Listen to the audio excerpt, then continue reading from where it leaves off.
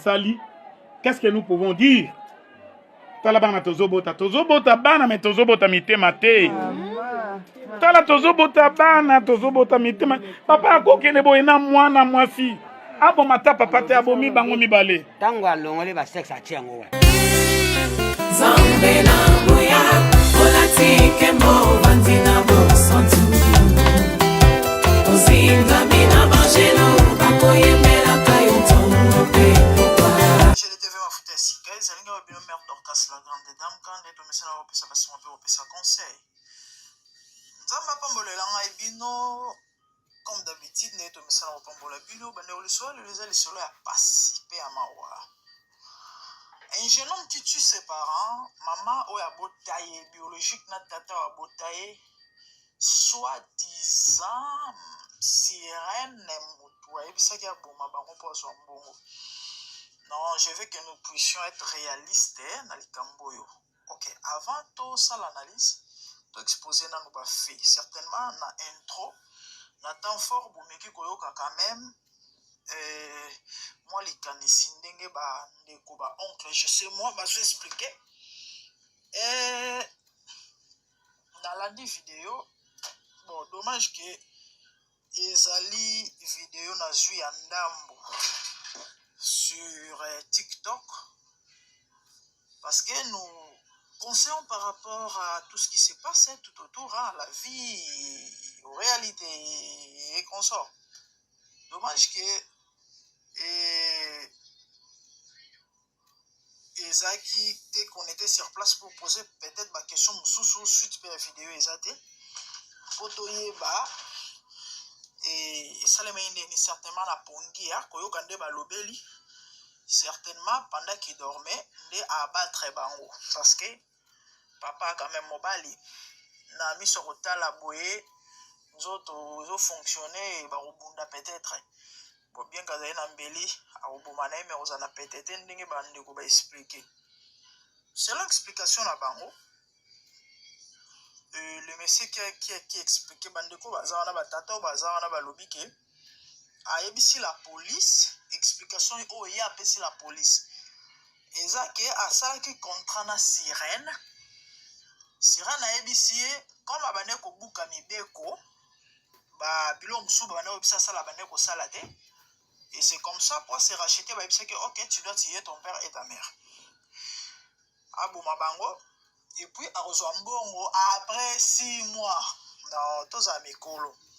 C'est vrai, à ta soki, to simba qui cité, mais tu quand même bama solo. Et concret, il y a bateau, yo, ba les gars na ba monde, on a tout bazar na ba monde, parce que qui c'est bon bama sauter, hein? Je crois même. Et en passant, peut-être il y aura bateau, bah ça la peut bah ça la pratique mais sous mystique, au bah au père Roland d'émission oyo. Et je suis sûr que certains seront d'accord avec moi. Ok. Toyebi que tant motage simba bon makisi et que ba sengi ale kisa batu toi boma batu. Ezala liwa ya modèle onde kwa salité. Ezala baliwa mo mystique. Autant sous au fou la mon pépé moi maladie au fou la mon pépé ya accident au fou la mon pépé et na bandenge mo boye tout moi a trouvé liwa tragique et on va profiter kaka na nzela ya fièvre wana to accident na to ya to ebi généralement ezala bongo ou encore mutala ki ala mokité mais yo ke simba kisi ba ebi so sacrifier ba parents na yo par exemple.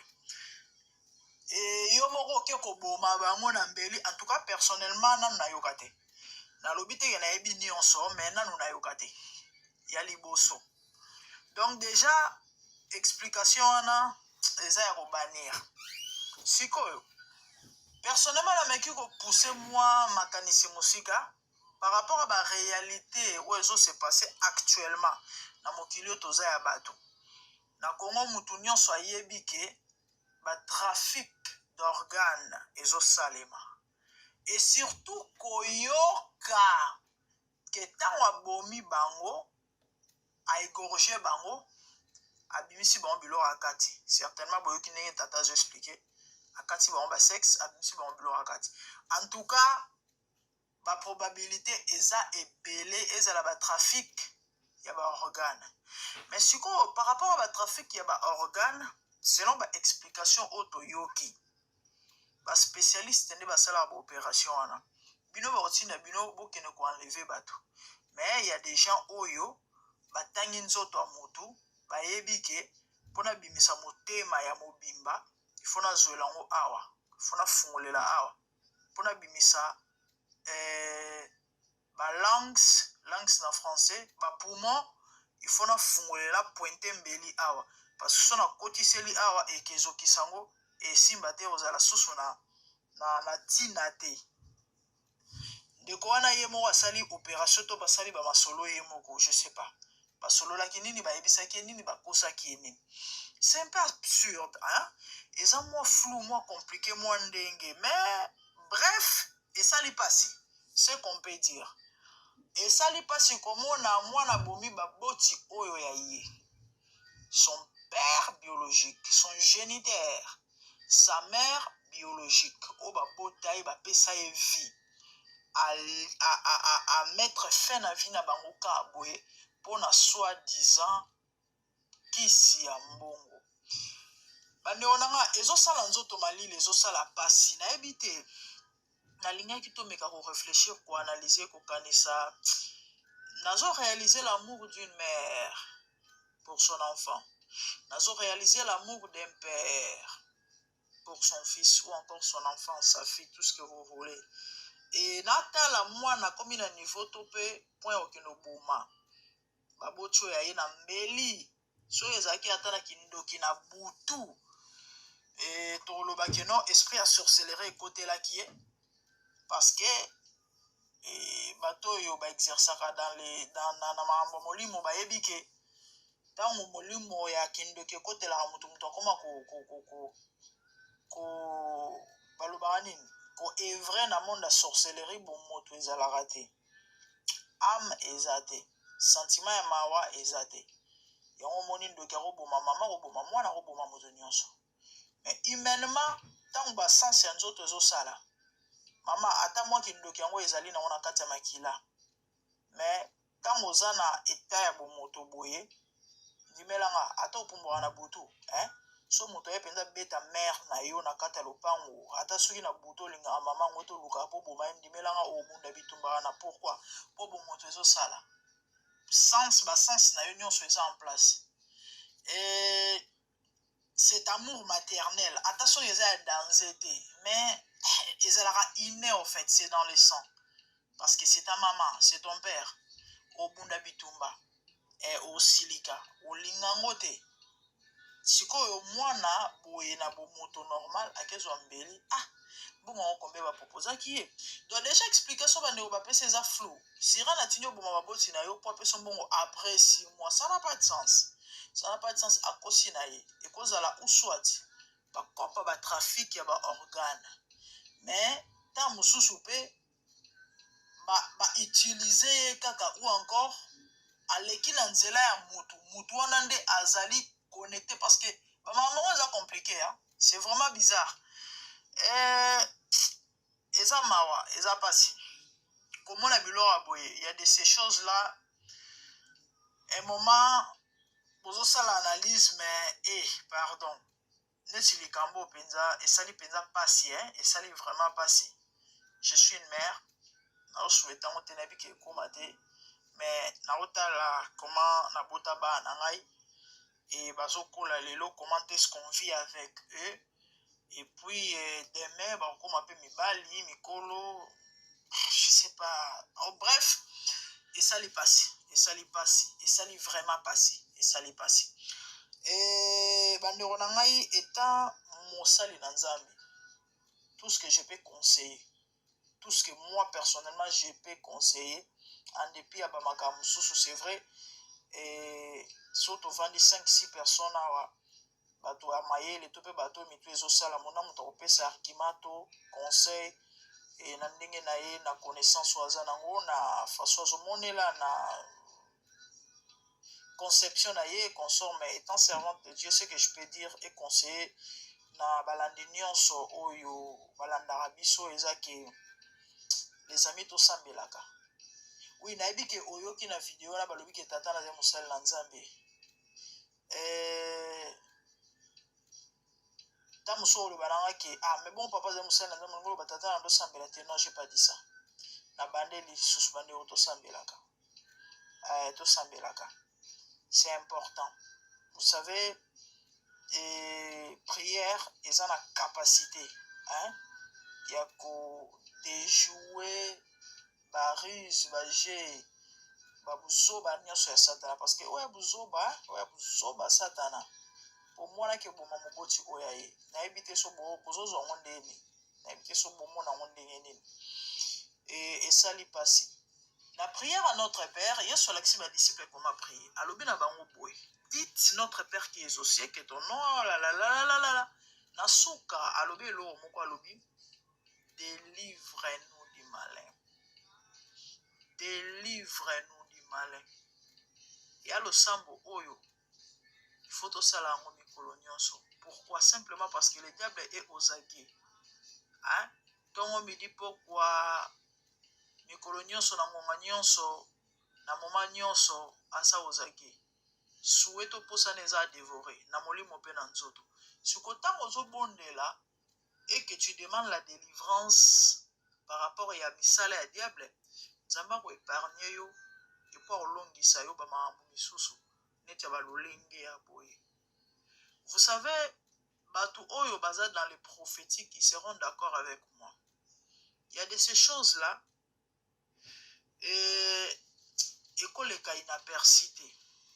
Au monde babilo on est aboué, hein? C'est pratiquement impossible. Nzamba loba. Bato yo ba yebite ne ba ocha tembe mais bato ba yebi ki mamuno lo biza yango.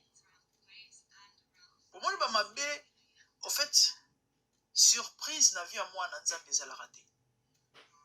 Les kamunionso za la malamu ezala ya mabe avant que le Seigneur parle.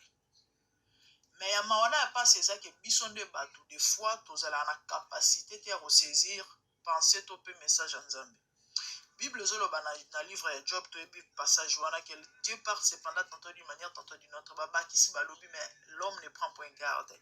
Par des visions nocturnes Dieu parle, par des signes Dieu parle na bandenge ebele et surtout les kambuya ko ote vie tala ko kufeza eloko mususu kolongola mutu souffle koboma mutu ezelo mokete ezelo papa ezelo osana nango te donc impossible nzamba za ko avertir to koloba certainement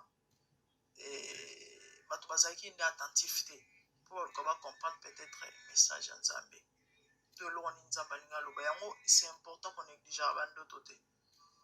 Nzambe de fois loba na parabole ou encore indirectement na forme moko boy oyo pour comprendre te yango moni c'est important ya ko zala na interprète chose na deux interprétation te na mutu moko o ana grâce to pe dona parce que pesa meli mutu nyonso te so ba interpréter le ndoto mabe hein bako désorienter vino bako bebiselo vi bako boma yo pe parce que via mutu va na ndoto via Joseph va na ndoto il est devenu au abanda ko mona na bandoto ko négligera ndoto te ko négligera rêve te ko négligera songe te très important en tout cas ça lui passe paix à leur âme. Pour compléter pensée nanga par rapport à likamuna ote koloba ya losambo mukomsu Yesu tango akomo sentir le wane komi pene comme mo ba kosambela mo ebele ya so tangi bibo mona ngo mukomsusu kandenga mesana kozwa ba pire po bazaki douce non mais ezana ba open bazaki ba bureau neti Jean Pierre bazaki ba bureau ya Yesu amemba o mipanzi bake sambela tanga fungoli miso akuti bango banimbi balali alamusi bango ayebisi bango vous n'avez pas comment puis veiller avec moi prier avec moi ne fils Skinner alobi prier pour ne point tomber dans la tentation. La prière a la capacité de te garder, de te retenir, afin que ça mana komekamate. Et moi, la tentation, parce que la tentation est la forme belée. Et le sang est capable d'empêcher moto à quoi il y a la tentation. Donc, on a le pouvoir, il y a le sambo. Et surtout lorsqu'on prie avec le Saint-Esprit.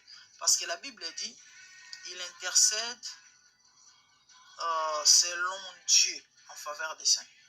Or, Dieu, c'est lui qui nous connaît très bien. Il sonde les cœurs, les pensées, nos vies, nos lendemains, tout de nous. Et lorsque l'Esprit intercède selon Dieu, donc l'Esprit va mettre en toi afin que au bon de là, au ciblé vrai problème de réalité où les autres se passer la vie. Sans toutefois me réaliser parce que c'est spirituel en fait. Or, na mukilo to vivre hasard ezalaka te. Bon ba mamso to mona on etelo kwana. Bido mon ka batu bakufi. Mais c'était quelque chose qui était déjà préparé, ploté ou encore plot en English, n'habitation en français plutôt le ploté. Deuxième le mot est préparé déjà.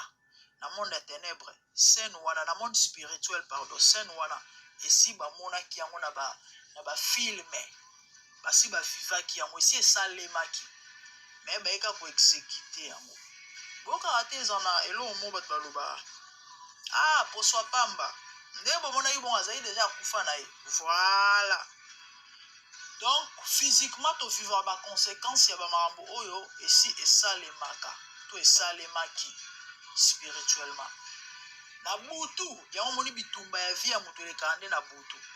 Do so longi butu te na moyo olonga te. So longi butu te na moyo olonga te. Bon, na ebi ke mission na sali yango un peu moins trop spirituel parce que il s'agit de réalités spirituelles par rapport à l'Ikamboto Olobela. Bon, je prie que le Seigneur vous donne l'intelligence et la compréhension, bien qu'elles soient facilités pour la battre. Mais c'est ça en fait, c'est ça. Et ma mobilité au vivaka, physiquement, et ça a des conséquences quand il y a ma c'est spirituellement. Et en moni, tu dois être éveillé dans mon limo. Yo moi nanza mais moi nanza moi yo ya lo yenge, ya lo yenge, osaka makelele belle. Fin dans la vie chrétienne, ngala sambela ngai boy mais et ça ma mobilité kako waouh, tu ne maîtrises rien, tu ne comprends rien. Oka mwana moi 5 ans na buto sakana kana yo. Mais yo ma mukolo oyeba no pete. Mais monoko ebele. Tu dois développer cet instant spirituel, c'est très important. Pourquoi? Pour ba ma mususu échappe à côté. Ouais. Bible zo vous êtes des dieux mais vous mourrez comme des hommes. Kasinyo so ba ma mboza na katiti. L'homme est esprit premièrement. Moto azaka esprit. Et ana nzoto oza enveloppe et puis ana âme katinae.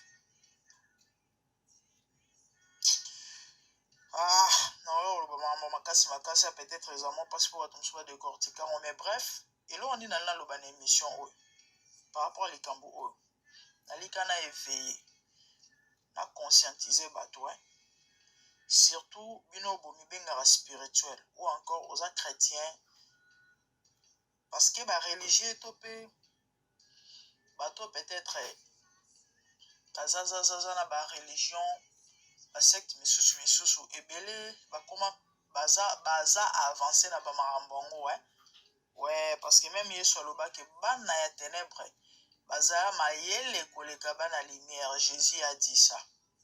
Ba comprendre ba principe et ba membre spirituel ba loi spirituelle et ba tosaka. Les chrétiens on est souvent négligents.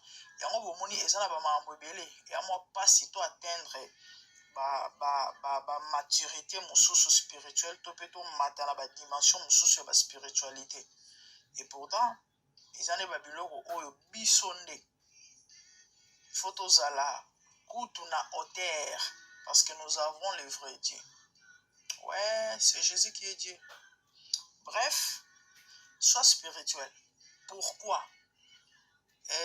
Pose à la capacité hein? Il y a qu'on comprendre un peu qu'on déjouer barise il y a monde à ténèbres parce que oh yo il y a misala satana. Il y a misala satana. Bible les fils du diable par fait détruire les œuvres du diable.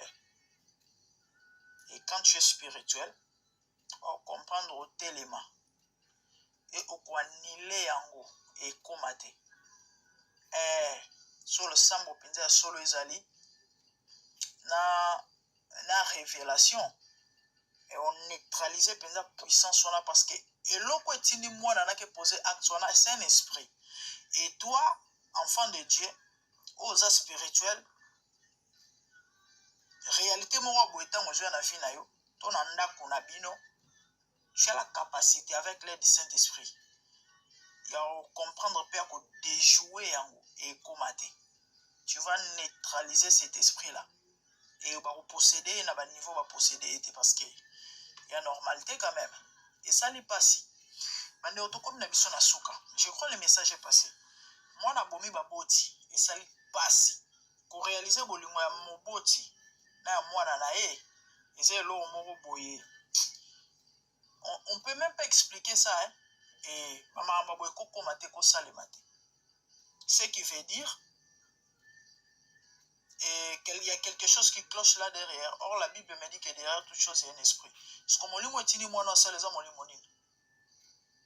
On a que des influences négatives et positives de ceux qui nous embêtent et net ils embêtent à cause ça la maman baboy le esa satana. Il y a un moni na conseiller soit spirituel. Quand tu es spirituel maman baboy on comprendre et on voyait comment te positionner. Certainement le message est passé. C'est ça le peu que j'avais à dire. Vraiment paix à leur âme, triste réalité. C'était ça. Que le Seigneur vraiment vous bénisse. Merci beaucoup. Donc comme il a dit sur la souka, quant à moi, dans mon ibino, dans le prochain épisode, topé numéro.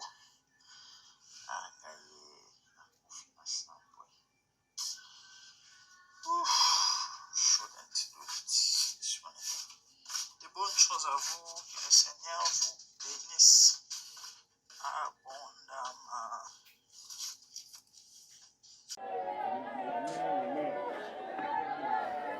Esa pepe, le hice para rien à l'ombre, là, nini. Pas le grand moto. En attendant, tout le monde rapide. C'est bon, on est là. Non, on va pas filmer. Oui. Awa, omone mabele oyo, esika bakuni bango mibale. Akati papa mutu. Papa akufi moya lo bezate, ngongo ekatani. Mama alinga bouger akati pe mama. Alongoli bango na chambre esika bazaki kolala. Abani kotimula atie bango na couloir. Na laksi bino couloir te, ndi abane kotimula libulu.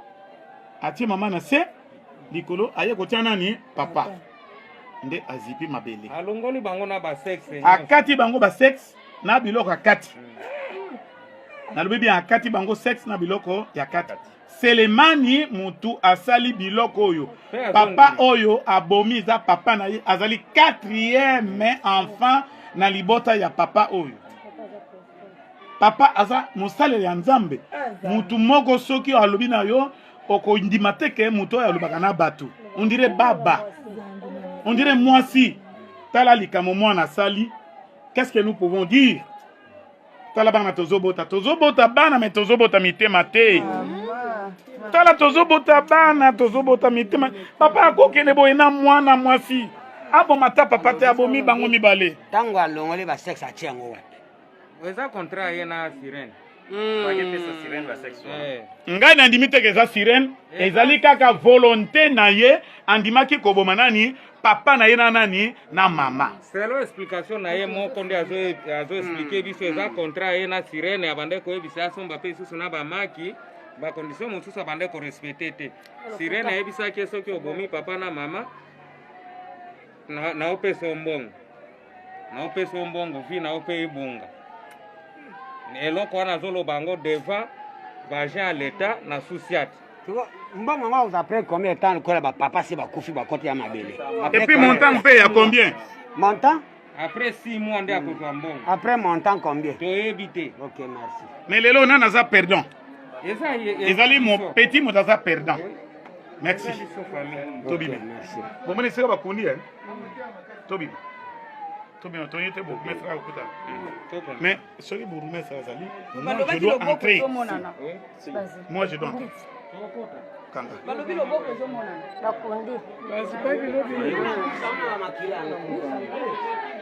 Musango yango. Oh, makila, bon, bango. Musango yango.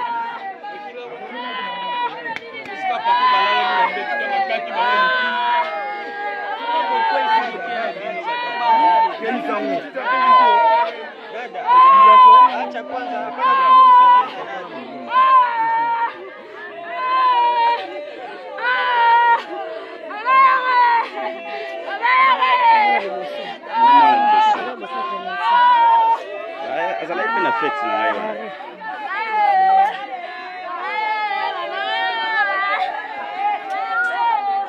Clémentine a okufa vraiment.